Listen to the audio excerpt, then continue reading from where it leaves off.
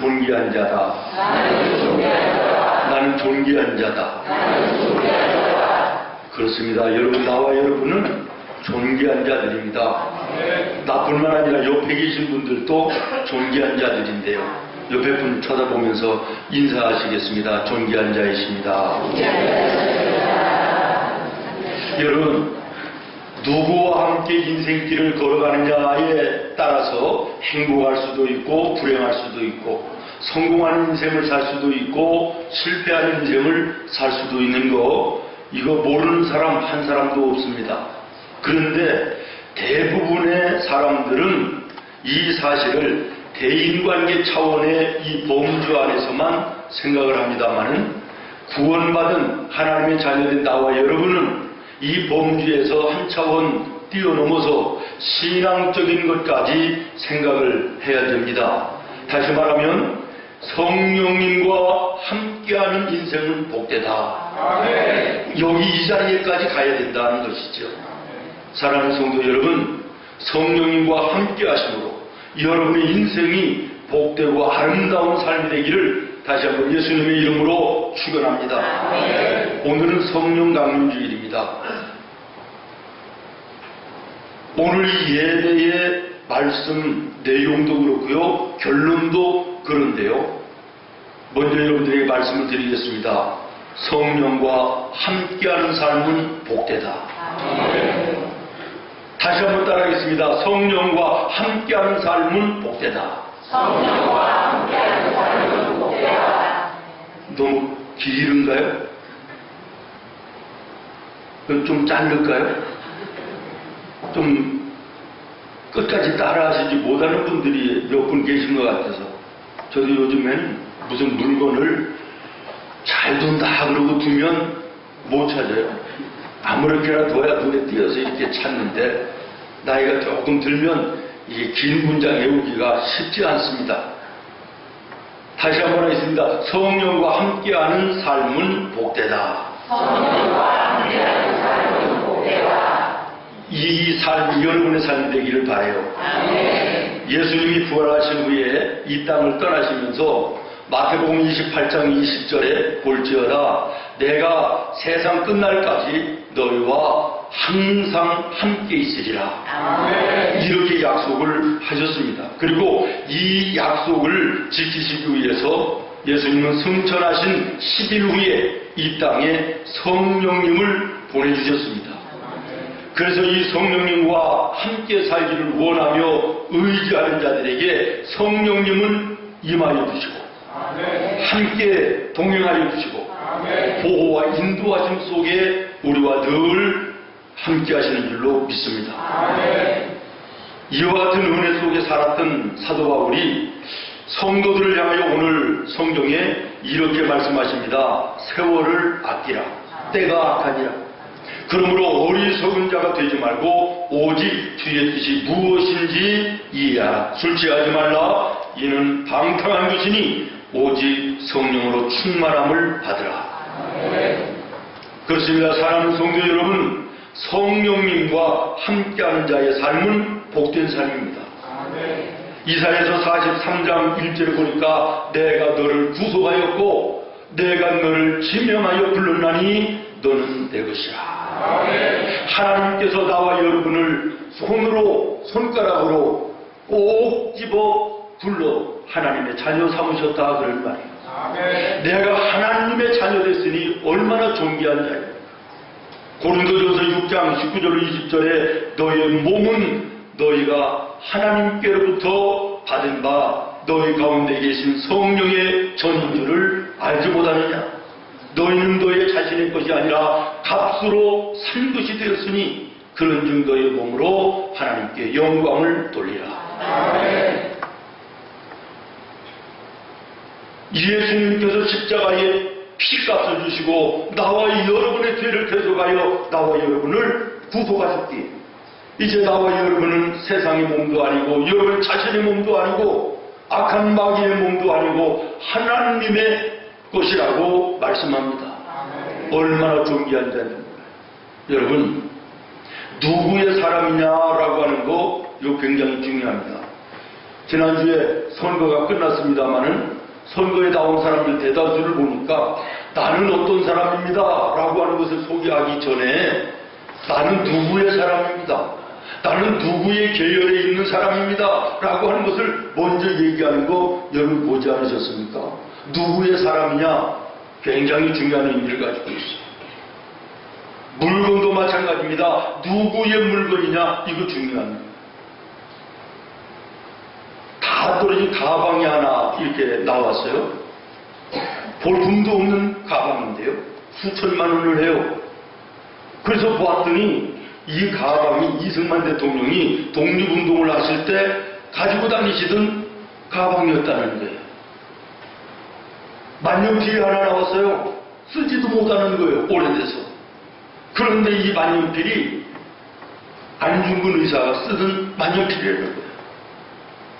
볼품 없고 쓸모없고 다 떨어진 이러한 물건이라 할지라도 누구의 것이냐에 따라서 그 존재와 가치가 달라지는 것입니다.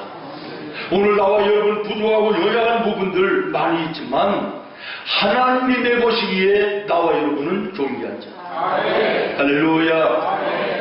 에베소서 1장 13절에 보니까 예수 믿는 성도들을 가리켜서 예수님이 이렇게 말씀하십니다. 너희는 약속의 성령으로 인치심을 받은 자라. 성령을 통하여 인치심을 받았다. 다시 말하면 성령께서 나와 여러분을 하나님의 아들이요 딸이라고 도장을 찍어주셨다. 도장을 찍어주셨다. 여러분 누구의 도장이 찍혀있고 누구의 사인이 들어가 있느냐에 따라서 그 가치가 엄청나게 차이 나는 거 아십니까? 저희 둘째 아들이 도예 갑니다. 전국에 있는 도예가 100명을 초청해서 코엑스에서 도예전을 하는데 학생으로서는 유일하게 우리 아이가 뽑혀가지고 도예전을 하는데 제가 가봤어요. 자기 교수가 또 있는 부스도 이렇게 옆에 있고요. 도예들을 이렇게 전시를 하고 이제 마음에 드는 사람 있으면 팔기도 하는 거예요. 그런데 학생이기 때문에 이 아이의 사발은 전통 사발을 전공했거든요. 그런데 그 그릇 밑에는 자기의 도장이 찍혀 있어요. 자기 이름이 적혀 있는 거예요. 도예가들 보면. 그런데 우리 아이가 한 것은 학생이기 때문에 3만 원에서 5만 원 이상을 못 받는다는 거예요. 그런데 옆에 부스에 이 애를 가르친 선생님, 교수님이 계신데 우리나라 전통 사발의 3대 거장 중에 한 분이래요. 그런데 이분의 사발은 최하 500에서 1000만 원을 받아요. 놀라시지 않나요? 내가 볼 때는 우리 아들이 만든 사발이 훨씬 더 잘 만들어놨어요. 이렇게 차이가 나더라고요. 누구의 도장, 누구의 이름, 누구의 사인이 들어갔느냐에 따라서 물건과 사람의 가치도 달라지는 것인데 나와 여러분은 하나님의 성령이 도장 찍어 놓는 데 것이라 삼으셨으니 하나님의 자녀가 된 나와 여러분 존귀한 자는 고린도후서 3장 3절에 보니까 너희는 예수 그리스도의 편지니 그랬어요. 나와 여러분이 예수님의 편지래요. 나라와 나라가 외교를 하는 데 있어서 대사를 보내든지 외교관 대표자들을 보내서 이제 이렇게 외교를 하는데요. 자기 나라의 대통령의 편지 친서를 가지고 오느냐 오지 않느냐에 따라서 대우가 달라진다고 그래요. 나와 여러분은 예수님의 편지래요. 그러면 얼마나 존귀한 자냐 그런 말이죠.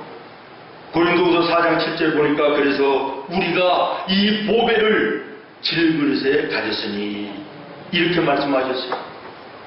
나와 여러분이 질그릇과 같이 부족한 자이지만 그러나 우리의 이 마음속에 보배로 오신 성령님을 모셨으니 우리는 존귀한 자다. 아멘. 할렐루야. 아멘. 다시 한번 하십니다. 나는 존귀한 자다. 그러므로 오늘 우리는 존귀한 자의 삶을 살아야 되는 거예요. 존귀한 자답게 살아야 되는 거예요. 아무렇게 살 수는 없는 것이지요. 말하는 것도 행동하는 것도 함부로 할 수 없는 거예요. 가고 싶은 곳 마음대로 갈 수 없는 것이에요. 존귀한 자가 갈 수 있는 곳만 가야지요. 먹고 마시는 것도 마찬가지예요. 일하는 것도 마찬가지예요. 우리 예수 믿어 구원받은 하나님의 사람들은 일하는 것조차, 장사하는 것조차, 사업을 하는 것조차 하나님이 기뻐하시고 원하시는 일을 해야 되는 거예요. 원하시는 것만 마셔야 되고 먹어야 되는 거예요. 오늘 사랑하는 성도 여러분, 나와 여러분이 구원받은 하나님의 자녀라면 존귀한 자답게 살아야 될 줄로 믿습니다. 오늘 본문 18절 말씀에 보면 술 취하지 말라, 이는 방탕한 것이니 그랬어요. 여기에서 술 취하지 말라라고 할 때 술은 물론 우리가 알고 있는 알코올을 포함하지만은 알코올만을 얘기한 것이 아니에요. 이 세상의 사람들은 어떤 사람은 돈에 취해서 살고, 어떤 사람은 명예에 취해서 살고, 어떤 사람은 음란한 것에 취해서 살고, 어떤 사람은 육신의 즐거움과 쾌락에 취해서 세상을 살아가요. 이러한 죄악된 세상 속에 취하여 살아가는 이 삶을 버리라는 거예요. 그런 삶을 살지 않기를 원한다면 너희가 성령의 충만함을 받으라는 거예요. 오늘 나와 여러분 성령 받은 하나님의 자녀들이지만 이 성령 강림주의를 우리가 다시 한번 맞이하면서 이제는 다시 한번 충만함으로 내 마음속에 있는 성령을 넘치게 해야 될 줄로 믿습니다. 오늘 성경이 말합니다. 너희는 성령의 인도하심을 따라 살아라. 너희는 성령에 쫓아 사는 자가 되라고 말씀하십니다.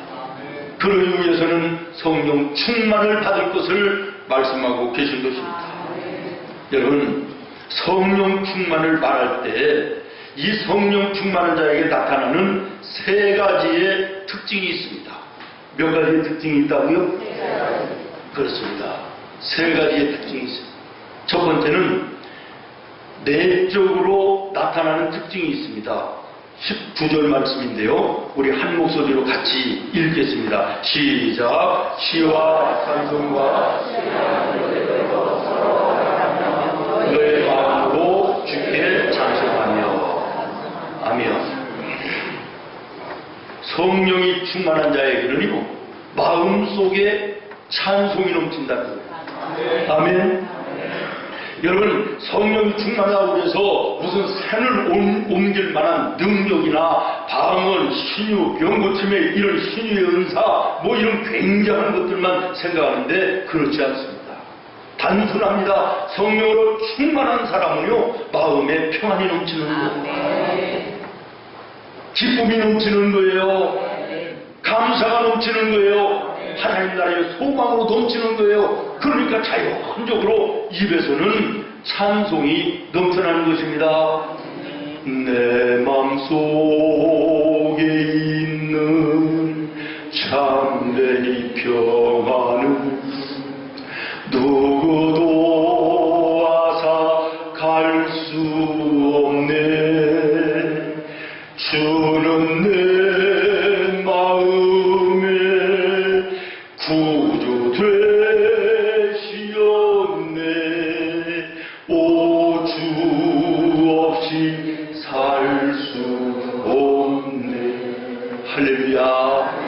이와 같은 모습이 여러분과 나의 삶의 모습이 되기를 바라요. 성령으로 충만하면요, 우리의 마음속에 평안이, 감사가, 기쁨이, 소망이 넘치는 거예요. 여러분, 마음속에 염려가 있고 근심이 있고 두려움이 있고 불안함, 초조함이 있는 사람의 입에서 노래가 나오는 사람이 있습니까? 그런 사람이 있으면요, 심각한 사람입니다. 병원에 가봐야 돼요. 마음의 감사와 평안과 소망과 기쁨이 있는 믿음의 성도들, 성령으로 충만한 자에게는 늘 입술에 찬송이 끊어지지 않는 줄로 믿습니다. 내가 매일 기쁘게 순례의 일 행함은 주의 팔이 나를 안보함이요. 내가 받는 참된 비결은 주의 영이 함께함이. 아멘. 성령이 할렐루야 함께 길을 걸으며 밤낮 기뻐하는 곳 주의 영이 함께함이라. 할렐루야. 이와 같은 나와 여러분의 삶이 되기를 예수님의 이름으로 다시 한번 축원합니다. 그 다음에는 성령으로 충만하면요, 우로부터 향하여 나타나는 특성이 있어요. 20절입니다. 같이 읽습니다. 시작. 범사에 우리 주 예수 항상 아버지 하나님께 뭐하며? 감사하며. 그렇습니다. 우리로는 하나님을 향하여 늘 감사의 생활이 되어진다. 여러분, 술 취하고 세상에 취해서 사는 사람들을 한번 생각해 보십시오. 매사가 원망, 입만 열면 불평이에요. 남을 욕해요. 다투어요. 거친 모습들이에요. 옆에 있는 사람들이 불안해요. 그러나 성령으로 충만하여 있는 사람들을 보십시오. 모든 대사가 감사합니다. 사랑입니다. 기쁨입니다. 그러니 옆에 있는 사람들도 같이 평안하고 기뻐하고 즐거워할 수 있는 이런 아름다운 모습이 있는 거예요. 아주 훌륭하고 유명한 의학 박사 한 분이 이제 연로하신 가운데 은퇴를 하셨습니다. 사회에 많은 기여도 하고 업적도 만들어 놓으셨는데요. 잡지사에서 요청이 왔어요.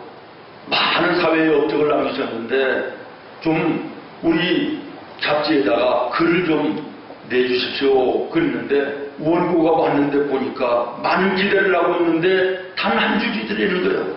모든 것이 하나님의 은혜였습니다. 성령으로 충만했던 이분에게는 천마디 만마디의 말보다는 더 값지고 귀한 신앙의 고백이라고 생각합니다.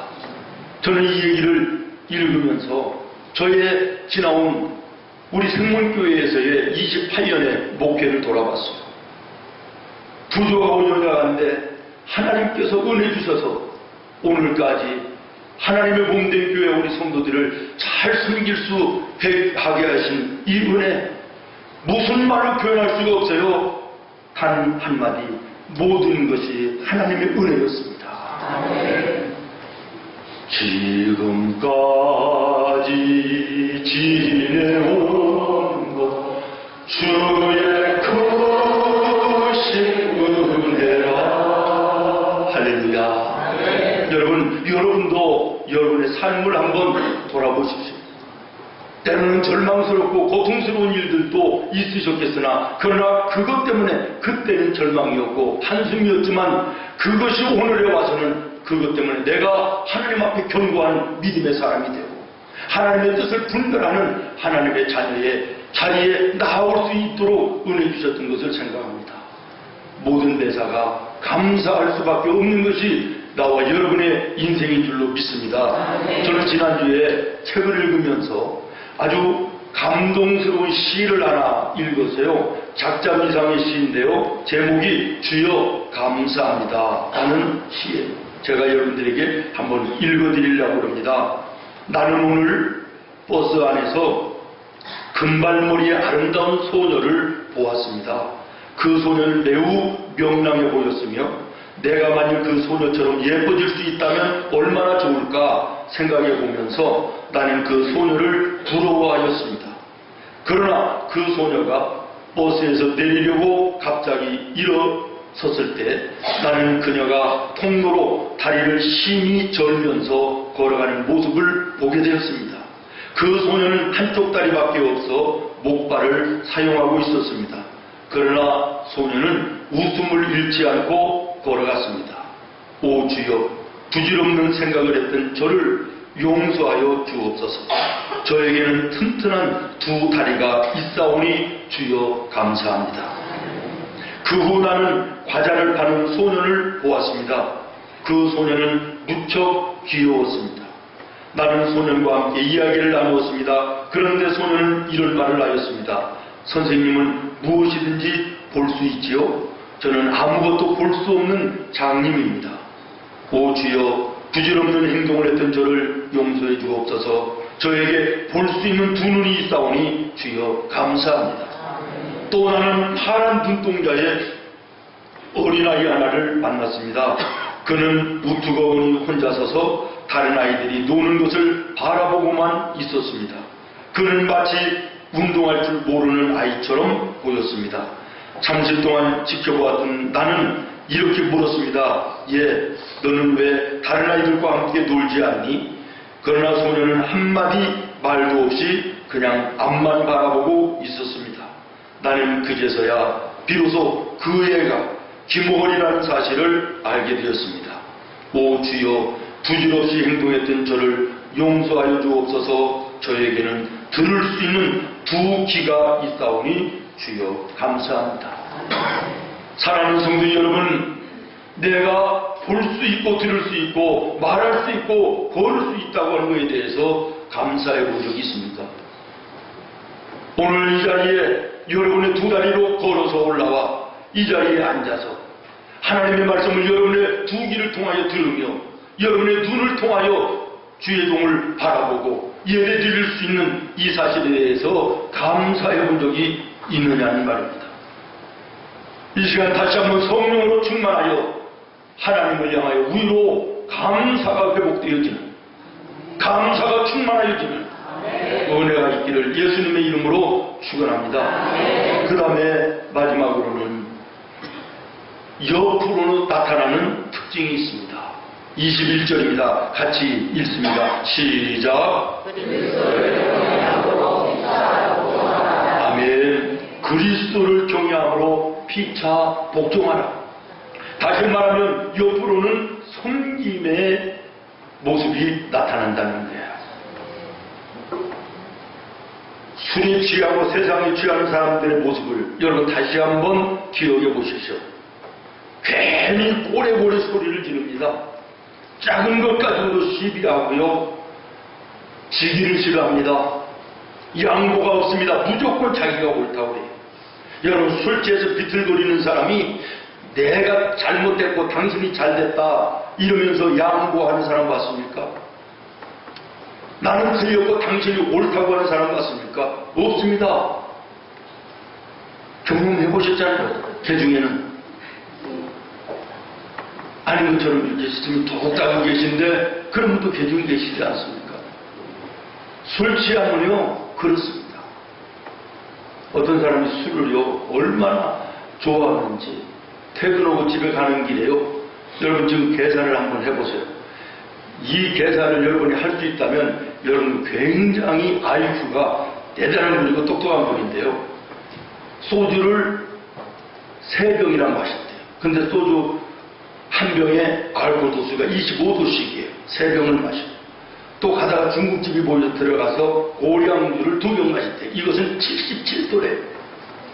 그리고 집에 들어가다가 집 앞에 구멍가게에서 입가심으로 맥주를 5병 마셨는데 이 맥주는 10도래요. 그러면 몇 도예요? 합격이 몇 도예요? 아는 분 계십니까? 계산하려고 노력할 필요가 없습니다. 졸도요.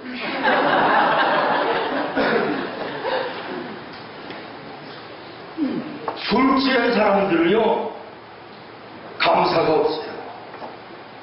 다른 사람이 양보하는 게 없어요. 당신이 옳다고 하는 게 없어요. 그러나 성령으로 충만한 사람들은요 나를 알아요. 그렇기 때문에 늘 하나님께 겸손해요. 다른 사람들을 바라보고 섬길 줄 알아요. 양보할 줄 알아요. 오늘 나와 여러분은 성령으로 충만해서 정말 이웃을 향하여 섬길 수 있는 여러분 되기를 바랍니다. 예수님 말씀하셨습니다. 나보다 남을 낮게 여기고 섬기고 봉사하기를 다하라고 말씀합니다. 성령으로 충만한 사람은 내적으로는 찬송이 넘치고 우유로는 하나님께 감사하고 옆으로 이웃들에게는 섬기며 봉사하는 삶을 사는 것입니다.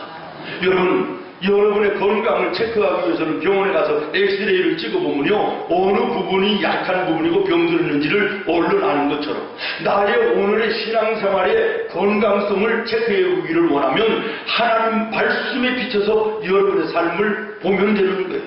오늘 말씀 속에서 나는 내 마음 속에 정말 감사가 있고 평안이 있고 하늘의 소망이 있어 나의 입술로는 찬송이 있는가? 이거 점검해 보면 돼요. 내가 하나님을 향하여 감사하는 감사가 내 생활 속에 있는가 돌아보시면 돼요. 이웃을 향하여는 섬기고 봉사하는 모습이 내게 있는가를 보면 내 오늘의 신앙생활의 건강성이 나오는 것이에요. 말씀을 마치려고 합니다. 사랑하는 성도 여러분, 성령 강림주일 그저 지나버리지 마시고 다시 한번 여러분의 마음속에 주님을 향하여 마음의 무릎을 꿇으시기를 바랍니다. 하나님, 성령으로 오셔서 나를 충만하게 하여 주시옵소서. 내 속에 주의 영이 날마다 넘쳐서 찬송이 끊어지지 아니하게 하시며 감사가 넘치게 하시며 섬기며 봉사하는 삶으로 주님께 영광 돌리는 은혜의 아름다운 인생길 가게 하여 주시옵소서. 주님 앞에 기도하는 여러분 되기를 예수님의 이름으로 축원합니다. 성령 받는 방법이 바로 그것입니다. 사도행전 2장 38절에 너희가 회개하여 죄사함을 받으라. 그리하면 선물로 성령을 너희에게 부어주리라. 누가복음 11장에 너희가 악할지라도 좋은 것을 자식에게 줄 줄 알거든 하물며 하늘에 계신 너희의 아버지께서 구하는 자에게 좋은 것으로 주시지 않겠느냐. 성령을 구하는 자에게 하나님은 성령을 주신다고 말합니다. 성령을 구하여 성령으로 충만하여 여러분의 인생이 참으로 복되고 아름다운 삶이 되기를 예수님의 이름으로 축원합니다. 기도하겠습니다. 하나님,